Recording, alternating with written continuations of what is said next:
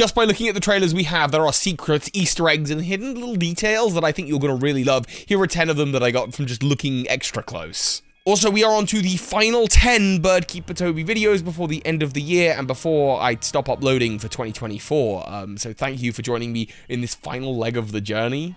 If you'd like to support me during my time off, the Tree of Evolution and the tree on my tee, on my jumper, will no longer be available after the 31st of December. It is your last chance to get that merch, so click the link at the top of the description. If you hurry, you might be able to get it in time for the holidays, including on some holiday cards. Get yourself some nice holiday cards, if not for this year, for next year. Speaking of trees, number 1 is hidden in plain sight. It's the Tree of Area 0, and this is kind of, there's a secret attached to this, which this is not the only special tree in Pokemon. I know trees have gotten a lot of slack over the last couple of years for how they look in the game, but believe it or not, going all the way back to the 3DS, trees have been very significant. There's going to be a little bit of theory dusting in this Secrets and Easter Egg videos because, as you well know, I have a theory that the 4 phenomena of the last couple of generations, Mega Evolution, Z moves, Gigantamaxing and Terastallizing, are all sort of connected by different energy.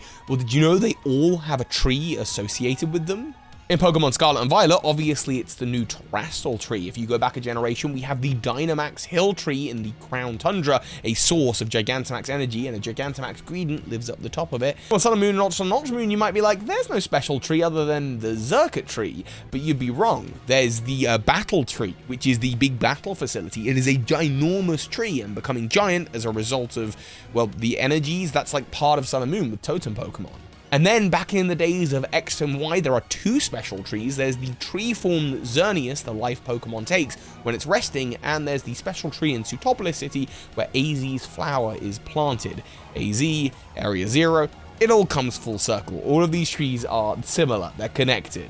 Number 2, this one's a little bit more obvious. Drayton is obviously related to Drayden. They are both Dragon-type Pokemon experts, one being a gym leader, one studying at the Blueberry Academy. I believe Drayton is his grandson, although may just possibly be his son. And the Pokemon he uses is Archaludon, which is a whole big reference to the Unova region, because of course the form that Archaludon takes is a bridge, and Unova is known for one thing specifically, and that is its bridges. Number 3, in the most recent trailer for the Indigo disc, there is a small little tunnel which seems to actually be in Area 0. If you look at the background, this looks like one of the new passageways in Area 0, where Galvantula and its pre-evolution and Joltik live, but you can see in the background these electrified webs, which are of course the move Electro Web, which is, I believe, a signature move for these Pokemon, just there ready to trap people as like an overworld hazard.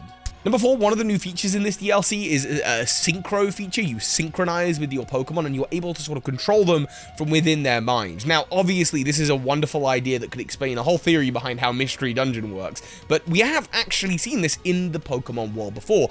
This is how Pokemon trainers must already communicate with Pokemon that they are kind of psychically bonded to. Like in the animated series, we see Annabelle able to give commands without saying a word. They're just in tune. They're fully synchronized, and I think that's what's happening here. Synchronize also makes sense for psychic Pokemon in particular because it is an ability of a couple of psychic Pokemon. So my ability is that, yes, this new synchro feature, it's not got anything to do with 5Ds, it's all to do with psychically being bonded to the Pokemon. Number 5, we meet Cyrano, the leader of the Blueberry Academy. He is the principal and founder, and I suspect he may be treated as a little bit of a king, like royalty around the place, because he wears a scarf that matches the pattern on Honedge in Aegislash, a Pokemon that, according to its Pokedex entries, are deeply linked to kings and royalty. But in particular, doomed to fail royalty, so I wonder what that says about the story, or maybe the future after the Indigo disc. Number 6, there's been a fun little launch event that's come out alongside the Indigo disc, which is to do with Darkrai, Dialga, and Palkia. And if that Sinnoh combination sounds similar to you, with Dialga and Palkia being the max raids and Darkrai being the Pokemon that fights them, well then that's because there was, of course, a Pokemon movie. But the reason that they're referencing that Pokemon movie now is because Alamos, the city where it takes place, is based off of, I think, the cathedral in Barcelona that Messagoza City is also based off of. I'm including this just because the event kind of coincides with the launch of the Indigo disc. I have to say thank you for Twitter for that one. That was Kai. Kai, you're wonderful. Kai's the very person who designed this. So, there you go. Number 7, in the background of one of the shots with, I think it's Kofu and Larry, we can see what looks to be the fossil of Shieldon.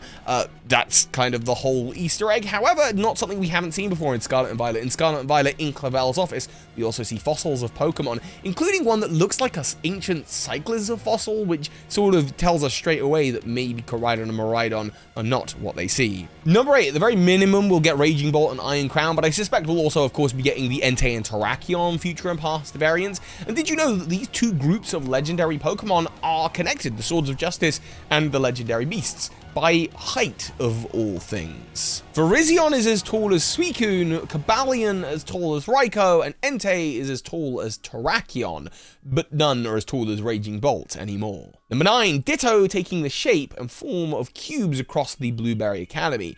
This is really, really interesting to me because while we have seen Ditto take the form of inanimate objects before, it's not something we see often, and additionally, I believe that these blocks are made up of the kind of gemstones that are at the core of Area 0. It's a special life energy inside of these cubes that allows life to form, and so I think what's happening here is Ditto is copying what it thinks is life. This is also just this game's version of like the Diglett hunt from the Isle of Armor, for example, so there's that. At number 10, this is my favorite one. I briefly mentioned Larry earlier. We've got a new character called, is it Mr. Snackums? Snackman? Snacksworth, Mr. Snacksworth. I believe he is related to Larry. Yes, they got similar shirts with just an inverse of like the tie and shirt and that kind of thing, and maybe they've just got the same tailor. But if you really think about it, Larry, not only his gym, it's not actually his gym, it's a restaurant he likes to visit.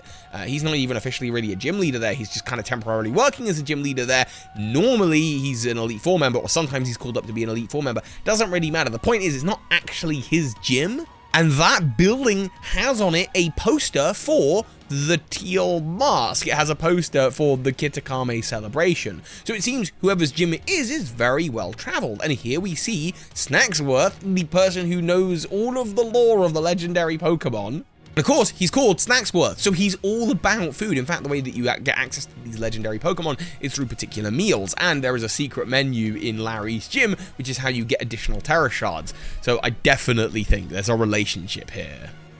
And then number 11, kind of a bonus one, maybe the last Easter egg and secret I'll ever do here on the channel. That's the design of Terrapagos itself. A big blue tortoise with a wispy tail. It's ancient and forever. Yeah, this may be somehow connected, and again, it's more of a theory than it is an Easter egg, to Wartortle, one of the first Pokemon we ever got, a blue tortoise with a big, long, wispy tail, based off of, I'm assuming, similar mythos. Wartortle has always had Pokedex entries talking about how it's been able to live for over 10,000 years. Perhaps now those Pokedex entries make sense if Wartortle was mistaken for Terrapagos, but that's more of a theory.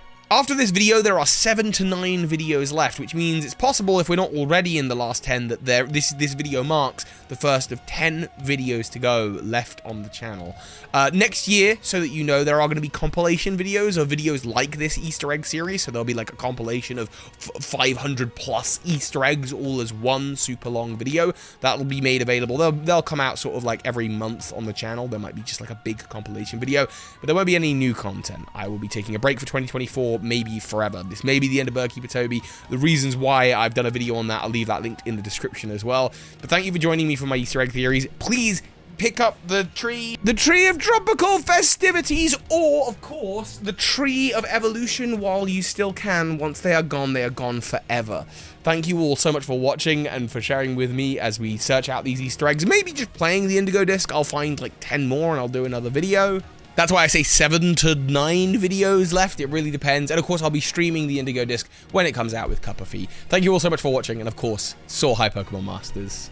Hello there, it's me, Professor Oak. This video is over, so please choose another one wisely and quickly. Bye-bye. Thank you anyone who has ever contributed through Patreon, and especially the big patrons of this month: Lucas Gates, Anthony Lee, Charmander Ansible, Wietse Dik, Immortal Absol, and Jed Rubin. Thank you for your incredible support.